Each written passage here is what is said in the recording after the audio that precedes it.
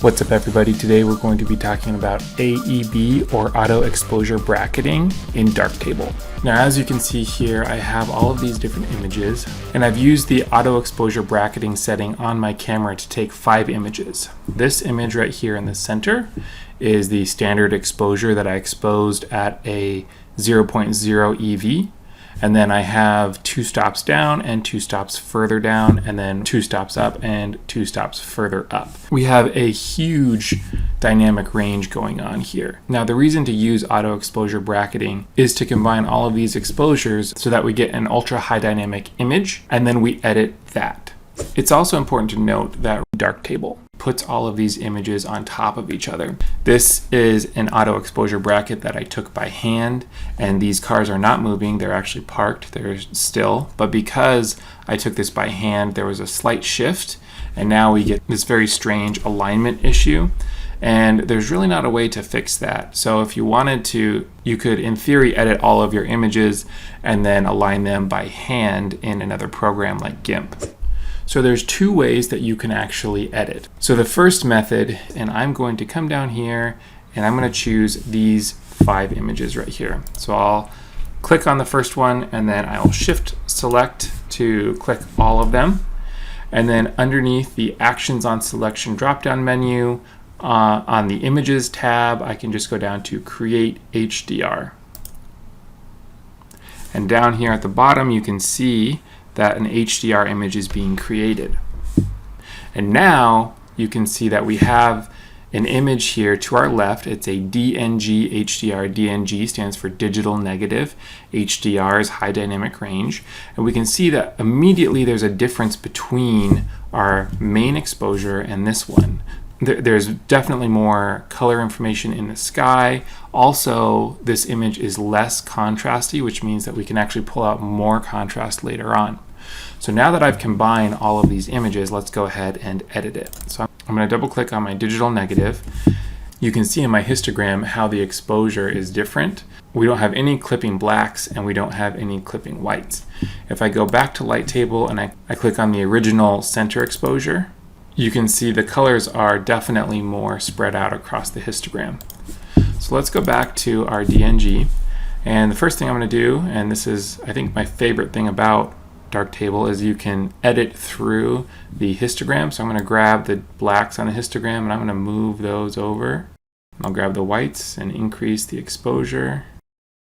If I hold down Command on my keyboard while I'm left mouse button clicking and dragging on my histogram, it shrinks the increments so I can get finer tune control. I'm actually going to decrease the exposure as well. Okay, I like that basic exposure compensation. Now let's do a few things. The first thing that I'm going to do is I'm going to type in curve, and I'm going to grab the tone curve here, turn that on, and I'm going to add 3 dots. The first dot is here at the top of this box. Second dot is in the middle, and the third dot is in this upper right hand corner. And now if I shift this middle dot, I can actually really affect my midtones. So I'm going to shift this over to the left, but it's not affecting my shadows or my highlights. So as I shift that over, you can see that down here at the bottom and in the windows. Now that I've done that, I can affect my highlights to kind of match where my midtones are, and then I can affect my shadows as well. And actually I don't want to do too much to my shadows because I've already crunched those down quite a bit. Next, let's go up to our search box and type color. And let's turn on the color equalizer and open that up. I'm going to go over to the saturation and I'm just going to increase the saturation of the blues. And as you can see, if I increase that quite a bit, the sky turns more blue, where I will go ahead and maybe not put that at 100%, but really make a nice fall off where the saturation goes up and peaks and then comes back down. And if I turn this off and on, you can see that there's quite a difference. I'm actually going to increase the greens and yellows as well in their saturation, but not as much. There's a lot of green and yellow in these trees down here, and so I want to bring that out as well. So maybe something like that. Turn it off, turn it on. Okay, now let's add a vignette.